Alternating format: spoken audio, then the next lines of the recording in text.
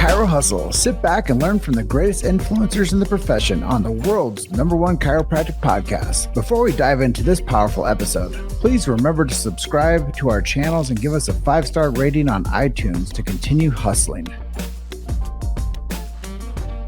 This episode is brought to you by Excite Medical and the DRX 9000, Peach State Payments, Recover, Chiro HD, Softwave, Cool Blue BA, Chiro Health USA, Chiro Script AI, Chiro Moguls, The Chiro Speaking Company, Pure Chiro Notes, 5-Star Forge, Titronics, Sherman College of Chiropractic, Life Chiropractic College West, and the IFCO. You can benefit from our full list of sponsors by visiting the sponsor page at chirohustle.com/sponsors. Links in the description. Now, let's hustle. Hey guys, welcome to episode 710 of the Chiro Hustle Podcast. I'm your producer, Luke Millette. Here's your host, James Chester.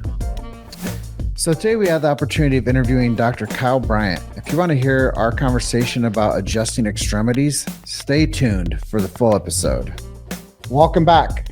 This is another episode of the Chiro Hustle Podcast. Today it's 710th episode, and I have Kyle Bryant coming in from the beautiful state of Washington.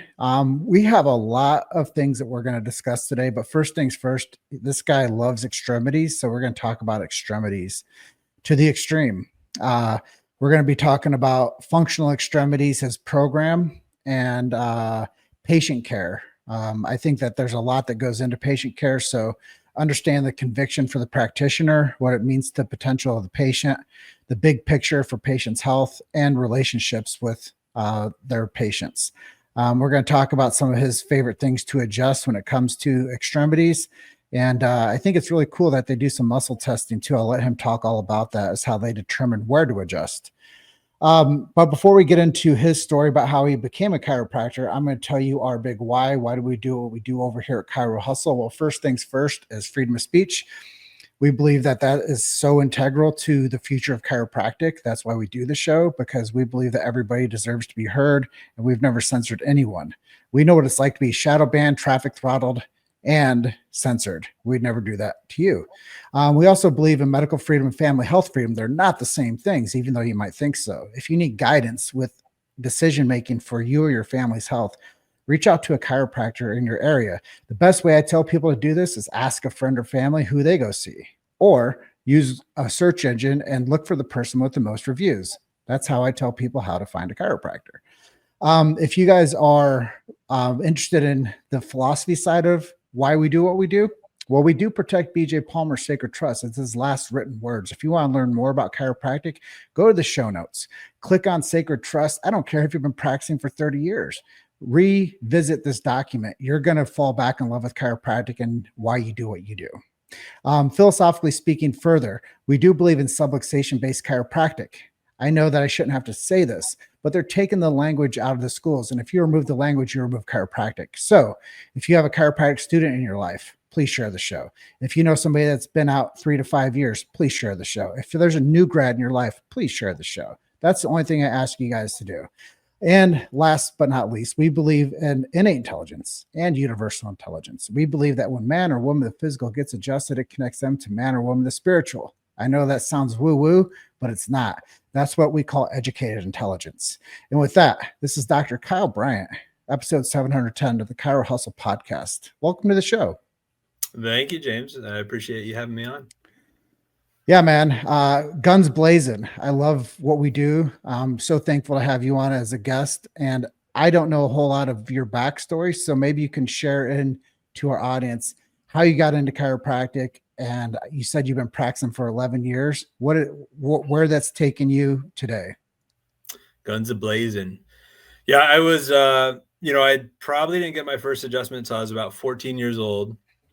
But I started seeing a chiropractor that my mom went to in town, and I just thought he was the coolest guy. He was dressed really nice. He had a tie on, just seemed really down to earth, but he would always tell me, "Hey, Kyle, this is the best job in the world. Like, you're helping people all day long. It's so cool." So over the course of a couple of years, I'd see him off and on, and he'd stress that to me over and over again. I still remember seeing, the most basic autonomic nervous system chart up on the wall and just saying, he'd constantly remind me and point up to the spine, see this area on the spine is located, it has a nerve that connects to this organ, blah, blah, blah. So anyways, this was just kind of put in my head gently over the years. And at that point, all I really cared about was playing soccer my entire life. So soccer is kind of what drove me in high school and college. And with all my injuries, I was seeing different chiropractors, and more or less, that's where my conviction came into play as far as this is definitely what I want to do for a career, getting into chiropractic and just kind of working with these various injuries I've had and all the different ways that I can help the human body. So anyways, fast forward, going to chiropractic school, I kept in touch with this doctor who his name is Dr. Perry Barnhill. And I'll touch on him probably a little bit later, but he was really influential and my hero as far as wanting to become a chiropractor. So went to school at Western States, and then I practiced my first year over in Ireland, and then I went to a town in Washington State called Spokane, and then now I'm practicing in Kennewick, Washington. Well, let's just talk. I think it's a really interesting story. You practiced abroad. How did you end up in Ireland? My wife has Swedish citizenship, and she was like, hey, we don't have kids yet. Let's go do an adventure. So in all honesty, I was looking for a European nation that had the least amount of stress in regards to board exams. So like Great Britain, I remember you had to drop, a couple grand, you had to take a test and blah, blah, blah. Ireland was pretty laid back. So, and I figured, hey, I don't really know any other languages, so my options are relatively limited. Anyways, I went to what would be considered rural Ireland, which was pretty interesting because chiropractic, as far as it was recognized publicly, was probably 50 years behind where we would be in the States at the time. And I treated a lot of really tough, hard-nosed, rednecky people, farmers, that just had broken bodies. And anyways, it was quite a rude awakening as far as what real life practice was like. But I had a lot of good lessons that have carried me forward to today. Yeah, I was doing some research with a business partner of mine the other day, and we did like stats. And I was like, hey, man, he's a doctor too. I was like, hey, how many doctors are there globally, percentage wise, to people? And we did the numbers, and there's like doctors in general are 1.3% of the global population. So there's a 98.7% of people that need doctors. Sure. So it's a 1% like balance out of balance that the world is depending on a 1% society to take care of the rest of the people. So I could see why, like, even in rural situations, we got a doctor. Like, yeah, for sure. What a blessing to those people. Well, and I think one of the humbling things for me too, it was good in many ways, but it was also tough. Is like I felt most of these people would show up for one or two adjustments, and then you wouldn't see them again for a long time. So for me, in the clinic setting that I worked on, it was kind of encouraged more of a pain relief approach. Nothing wrong with that. But as I've learned, as I've gone throughout my career, chiropractic offers so much more if it's managed and presented in a different way. So it was really a good way for me to start off to see where it could be. But, I kind of learned that I knew there was a lot more out there as far as what we could offer. Well, I think when people don't understand the model of chiropractic that you and I understand, like a lifetime of care, I want to come in and have that like special thing that you do to like take care of this thing that's been ailing me. Yeah, why should it take more than like 2 adjustments? Right. And I think like when you think of the consumer that doesn't understand the profession, that makes complete sense to them. So as a whole, that's a big part of our footprint, is to get chiropractic more mainstream and to let people know, like, look, we have subject matter experts that are all doctors that are talking about what they love. And they'd never once said, hey, just come in for one adjustment, you're going to be fine for the rest of your life. Yeah. So totally. I think it's cool that you had that like introduction and that like honest, like, outreach to go out there and help people. And hey, who knows? Maybe you create the next chiropractors of the future that come out of that little village over there in Ireland. Who knows? Yeah. Well, one, I think another thing that, any young docs listening to it was hard mentally on me personally to, when you're having people come in and they're like, oh, I wasn't better after one adjustment, I'm going to give you one more shot. And then, you never see them again. Like that wears on you mentally, and it makes you question like what you're doing and your own conviction. So I think there's a lot of mutual benefit for patient and chiropractor when you think beyond just the pain level. Well, I mean, it's a part of this conviction thing that you're talking about. It's a part of the big picture thing that we're going to touch on. It's a part of the relationship that we're going to talk about. But before we get into that, let's talk extremities, because I know that that's something that you've come to create coursework on. And as a practitioner of 11 years, now you're teaching other people how to take care of extremities. So how did you get so entrenched in this one thing? And why is it important for other practitioners to learn it too? I think a lot of my motivation came from my injuries as a soccer player. And I had I went to a smaller college in Spokane called Gonzaga. Well, you guys probably heard basketball wise Gonzaga, but we had a team chiropractor that would come there.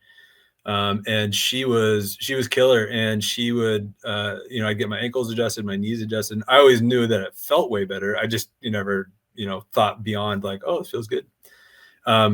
So I've tried to keep up with soccer over the course of my life, and the extremity adjustments, I can't imagine not getting my extremities adjusted anymore. So I at least know that conviction started way back when. And then because of where I left off with Ireland, I took a position back in Spokane, Washington, and fell under the mentorship of Dr. Keith Morehouse. And that guy, he had more tricks up his sleeve than probably any other chiropractor I've been exposed to. But I just thought he was the neatest guy. I loved his treatment approach. And he was a CCEP, which I'd never heard of. It was a certified chiropractic extremities practitioner. So I started kind of taking up some of the techniques that he utilized, and I think he'd been in practice 15 years when I had moved there. So I learned a ton from him, and I eventually was motivated enough to partake in the CCEP program. So then I became certified, and I've just been implementing that in practice ever since. So,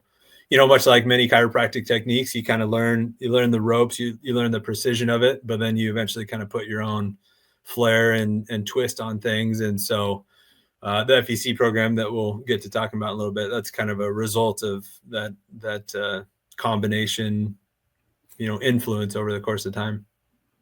So let's talk about that then. Like, what is, I guess, the essential that chiropractors need to understand about extremities? If I could say one thing about it, is that the extremities have influence over the spine. So I know neurologically we know the connections with the various vertebra and their influence on the joints and the muscles of the extremities. But I can tell you from personal experience, when you combine that perspective, extremity influencing spine, spine influencing extremity, you tend to get better results, faster results. So let's talk about the checks and like how you determine where you need to adjust when it comes to like an arm or a leg. How do you determine that? So one thing within the FEC, so the Functional Extremities Chiropractor system, one of the tenets that I talk about in there is the extremity testing that you do as an assessment is only as good as you've cleared out the spine. So if you still have an L5 subluxation, it's going to potentially make a glute medius weak. So when you do this test that's trying to determine if there's a problem in the acetabular joint, you're going to get a faulty read. You have to make sure you've kind of cleared through the spine before you branch out and work through the extremities. So the system, as I show it, you start off learning one muscle test per joint, and then you learn one adjustment per joint, because we try and keep it basic, because the big picture idea is that you create a flow. And so the whole idea is that you start off at the low back, clear out the low back subluxations, and then you work to the next adjacent joint, which would be the acetabulum, and then the next one, so the knee, and then the next one, so the ankle. And so you're kind of making this progression downwind just as far as how those things work mechanically as well. And then same idea with the upper extremity. So I'm a total neophyte. I've never adjusted an extremity in my life. I just interview chiropractors. If somebody came in and they're like, hey, I want to learn this system, how long would it take for a chiropractor to jump into your functional extremities program before they can go out there and actually perform extremity adjustment? Or do you do it in person, or is it all virtual? How does it work? So that's a good question. So we have a website, functionalextremitieschiropractor.com, but within there, we've created Kajabi courses, and we have 3 different programs. We've only released one, but we call it FEC Foundation. So it's literally just the basics. So you're getting to know the muscle tests, you're getting to know the adjustments, and then you're getting to learn kind of the upper extremity and lower extremity flow. So real basic stuff, but it's kind of foundational. If you can't get that stuff, then any of the other extremity approach that we teach is more or less moot. So it's the way that we teach it through the Kajabi course is we try and make it kind of an interactive as you can be. So we have 13 modules within FEC Foundations. Each module has 4 videos. It has a intro, so you kind of learn the background anatomy and basics. Then you learn the assessment of the joint. Then you learn the adjustment of the joint and the reassessment, because you have to retest it after you've adjusted it. And then we have a quick recap. So for docs that are, on the fly and just want to see what the adjustment looks like to be able to do it. So that's more or less the flow of the program. And then ideally we get to a point where we'll have some hands-on seminars. So it's definitely not something that somebody could watch in a weekend and be like, oh yeah, I got this, and go knock it out. I've been using this particular set of this treatment approach for roughly 8 years. And, I'm constantly kind of refining it and grooving it into my mind. But I think those basics, if you dug in and practiced, and used it on a regular basis, you'd be okay. You made it to Chiro Hustle. Sit back and learn from the greatest influencers in the profession on the world's #1 chiropractic podcast. This episode is brought to you by Excite Medical and the DRX 9000, Peach State Payments, Recover, Chiro HD, Softwave, Cool Blue BA, Chiro Health USA, Chiro Script AI, Chiro Moguls, The Chiro Speaking Company, Pure Chiro Notes, 5-Star Forge, Kytronics, Sherman College of Chiropractic, Life Chiropractic College West, and the IFCO. You can benefit from our full list of sponsors by visiting the sponsor page at chirohustle.com/sponsors. Links in the description. Now, let's hustle. So let me be a bit controversial for a moment. Okay. Because I know the profession so well. I know that there's groups out there that say, hey, if you adjust anything other than C1, C2, it's not chiropractic. What's your message to this group of, like, I guess the upper cervical groups? There's like, hey, if you're not adjusting C1, C2, it's not chiropractic. Like, how do you position yourself in a conversation with that group? So I would actually say that there's some patients I treat where that's all I adjust because of that approach. So in my mind, I'm thinking having as many tools as we can use to help people is good, because you never know where the original problem was sourced. Was it because, they were subluxed in the upper cervical spine when they were a baby, or did they have a traumatic ankle injury when they were 8-year-old riding their bike?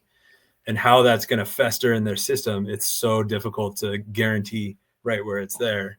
Maybe in the upper cervical spine, that chronic reoccurring subluxation is because of something going on in their shoulder that hasn't been addressed, or in their cranium. So in my mind, as chiropractors, I think we should have many different tools. We need to have our conviction and our philosophy, but we got to be able to think outside the box, I think, as well. Well, one of the things that I always, frame up for people to understand the profession better, as not a practitioner, but somebody that knows intimately well this profession, is that all chiropractors are artists.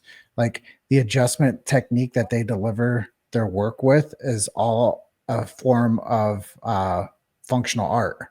And I think that if people start to understand that all chiropractors have a different ability and skill set when it comes to the art that they produce, which we know as the adjustment, everybody would start to understand the profession a little bit more. And I think that something I've learned over time, the guy that taught me about podcasting was a chiropractor, Ed Osborne, and he would always say that we're more alike than we are different, speaking to chiropractors about being chiropractors. So I think it's really important that we all start to support each other and create a culture and a brand that are artists rather than I do it my way and you're wrong. Yeah. Well, I think when we consider it, everybody that's delivering adjustments is amazing. And as I've boiled it down further, 1% of the world population are doctors. So if we took that down and said how many of the world population are chiropractors, boy, we got to do a better job of supporting the group of people out there willing to go become chiropractors. Yeah, no, I like that thought, James. Well, and especially owning the art side of it, owning your particular approach and way of doing things. And Well, maybe to some of the chiropractors listening, some I've found over the course of time, especially using this technique, that you get some hard-nosed patients that come in and they don't really want to hear what you have to say. They're there because they want a result. I mean, every patient wants a result, but it's like, show me the money first.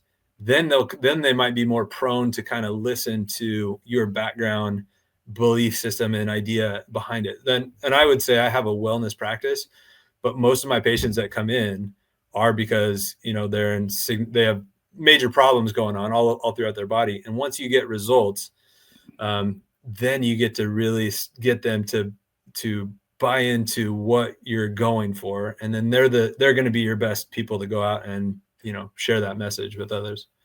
So one of the things that we were talking about is the big picture of patient's health.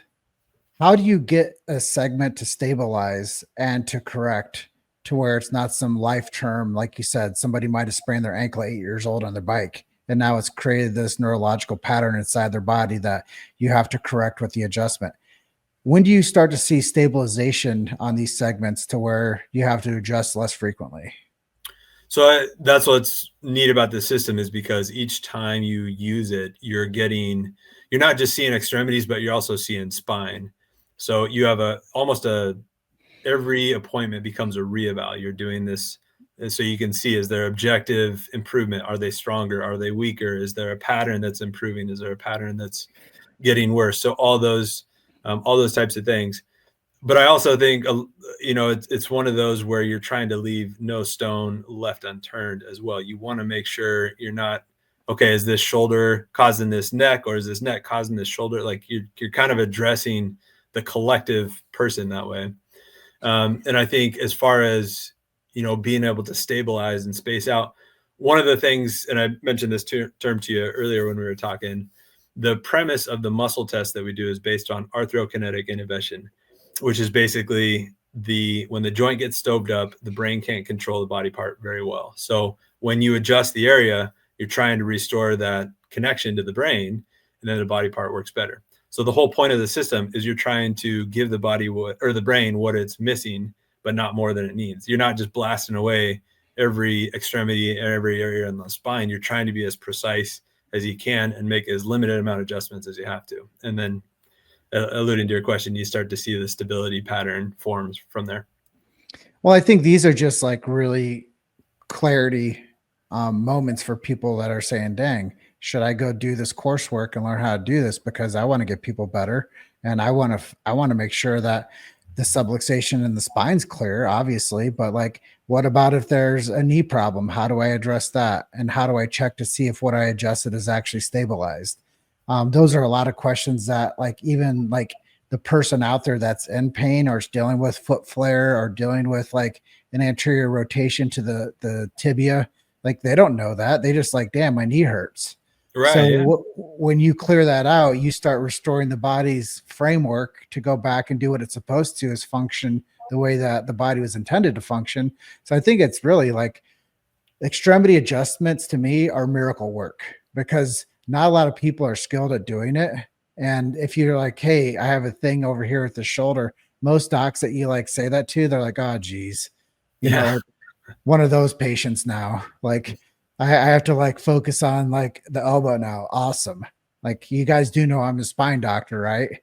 Like, that's just it. It's like, even like the mere mention from a patient saying, hey doc, Can you look at my wrist?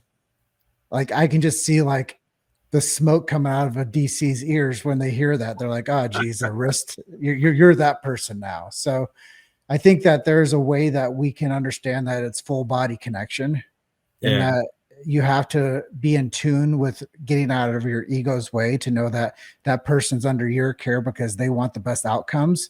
And hey, if they ask you about a shoulder or a knee or a wrist, take a look at it for them. Yeah, totally. And you never know, what box you might open from that. Like once they appreciate that you can look at other things, their trust for you as a clinician and practitioner can go way up as well. So 11 years in the game. I don't know how many extremities you've adjusted, wrist, ankles, feet. What's your favorite extremity to adjust and why? The one that would give me the most, I feel like the one that you get the most wow from patients, not just in the moment after moving the bone, but also the collective change that it creates in the body, are the talus bone, the ankles. In the FEC foundations, I teach you two basic ones. One I call the lazy ankle, which is it's more of a guiding the talus. And then the other one is just, you kind of got to rip it and roar. You're basically getting a big significant gap with the ankle. But as far as ankles that have a ton of scar tissue and just they lack dorsiflexion, it can be a total game changer with that one adjustment alone. So I've seen lots of cool responses with that one. Plus it's loud. Yes. Yeah. That's always pleasing to a chiropractor. I think. More noise, better. Yeah. I think when you get massive release from somebody, it just chills out their parasympathetic nervous system. Like they're not so hyper vigilant. Like the body starts to breathe and chill out. And I think that's where we see the most miracle with people getting their extremities adjusted, is they didn't know how good their body could actually function. That now it's like they set a boulder down and they're walking easier and their life just improves. And all the things that we say all the time, you're going to sleep better. You're going to have a better attitude. Yeah. If your knee's not locked up and you can actually like walk upstairs and it's not painful, yeah, you're going to sleep better. And it's going to feel better, and you're going to probably become a better, pleasant person to be around. Yeah, for sure. Yeah, it's like taking the thorn out, that's been stuck in there. And I think another cool thing with all that, James, is you can get patients that you can get your, Bob that shows up that's always complaining my low back. It's always my low back, always my low back. It's killing me. It's killing me. Well, when you look at the extremities, you can zoom out and teach this patient, hey, do you know my ankle does, it doesn't give me a problem, but I can say, hey, it's sublux, let me adjust it. Boom. Okay. Now you can create this bigger picture for the patient to understand their structural health rather than just zoom in where they hurt. It's like, okay, I got to pay attention to other stuff going on here. So I know a lot of docs, they do Deerfield checks and, they're checking like leg length discrepancies. Is that something you take into consideration when you're doing what you do too, to like see the legs balance out? I do leg checks, but what carries more value, at least to the system that I use, is the functional integrity of it. So if like what I call home-based tests, I teach you 2 home-based tests in this extremity course, is a hip abduction strength test. And so if that patient has a leg length inequality, but they're balanced in their abduction strength, to me, that says that functionally they're behaving better than the leg length alone might determine. Because if I start adjusting a leg length inequality, it looks better, but does it mean the patient is functioning better, or are they feeling better? That can be argued one way or the other. So I'm more focused on kind of the functional change.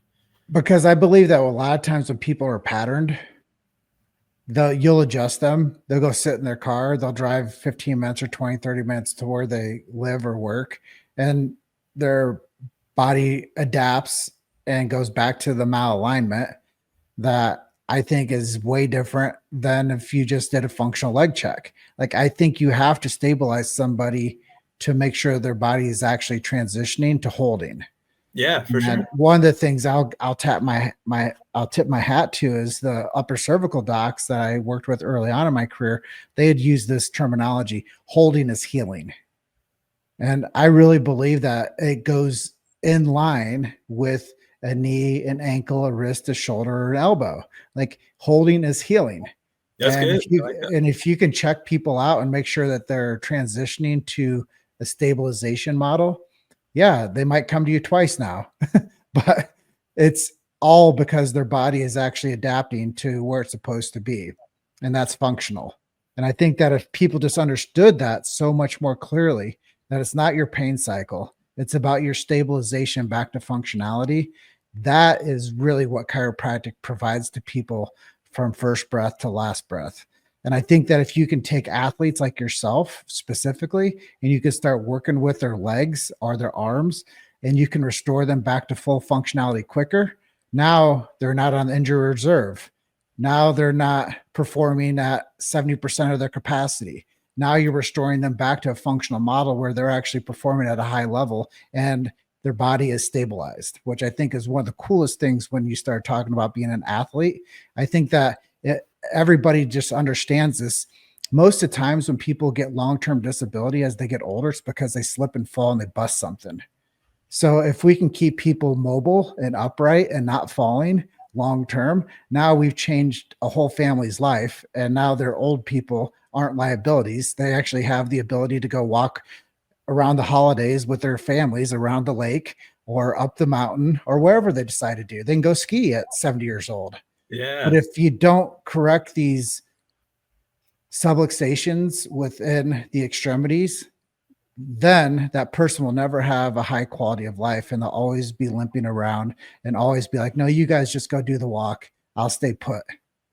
So whether it's athlete or old folks or babies, anybody that gets their extremities taken care of and cleared out, they're going to have a better quality of life and be able to do stuff at a higher level or just a more functional level.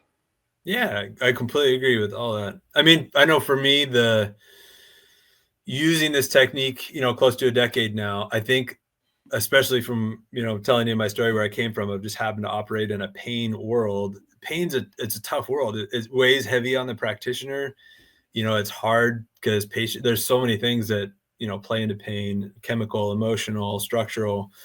So when you have an angle that you can focus more on function and performance and getting people to appreciate their body in a way that, as far as I know, no other profession teaches other than chiropractors, you can really get them to appreciate their body and maybe be more motivated to take care of it in the right ways, for the course of their lifetime, like you're saying. So would you say the one thing that drove you to where you are today was because you're an athlete and you started getting your knees and ankles adjusted by that chiropractor?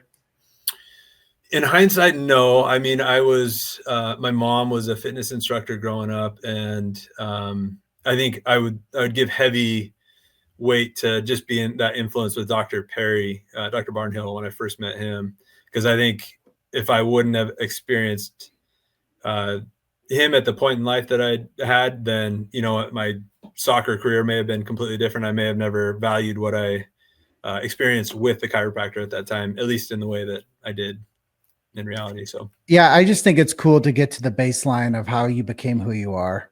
Let's close out with the miracle story. Tell me something that's come through your care over the past decade that you've seen that you couldn't even believe, but it just happened. One story I think that would touch on a lot of things we've talked about. As an athlete, he was a 7th grader at the time. His mom, I do these weekly Tip for Tuesday videos that we used to circulate on Facebook and Instagram, and we have them play in our office.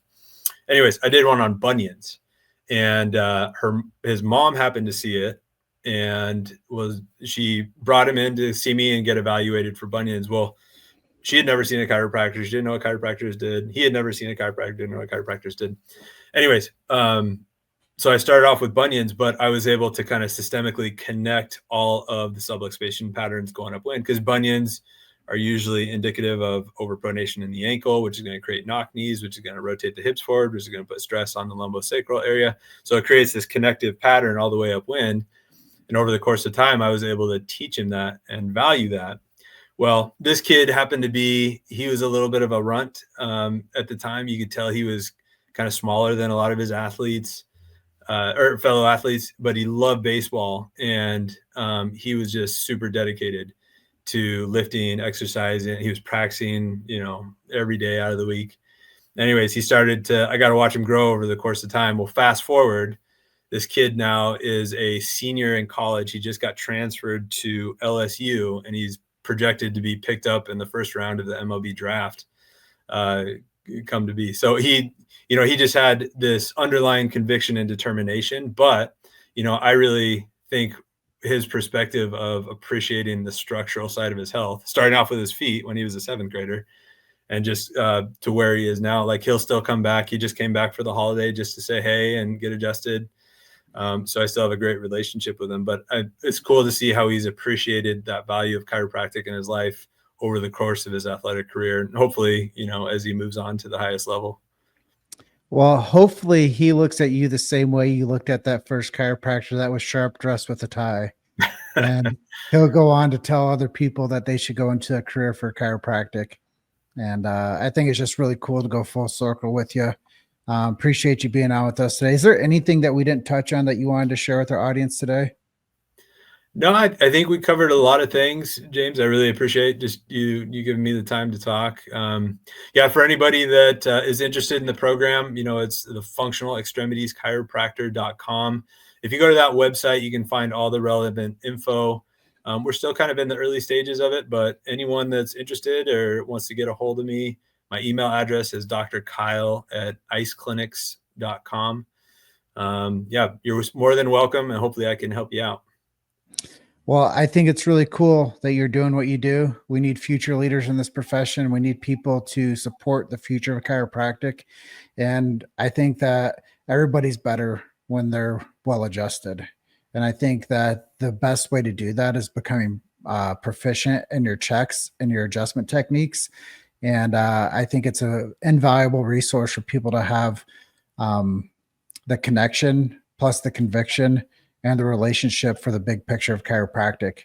And I believe that your work distills all that down and allows people to have open spaces to go out there and become the best doctors that they can. And, I think everybody's body's better when chiropractors look at the full frame, like the Edison quote. The doctor of the future will interest his patient in the care of the human frame, not in the disease model. And I think that you're onto something when it comes to your Functional Extremities Chiropractor.com website. If people are curious about how to engage, just go check them out or send an email to, once again, what is it? Dr. Kyle at Ice Clinics, ICE Clinics with an S.com. ICEclinics.com. Dr. Kyle at ICEclinics.com. Check them out. Thanks for being my guest today. You're episode 710 of the Chiro Hustle Podcast. I'm going to close out like I always do, brother. You guys are just one story away. Keep hustling. I'll see you guys on the next episode. Bye for now. Thanks for listening to Chiro Hustle. Don't forget to subscribe and check back next week to continue hustling.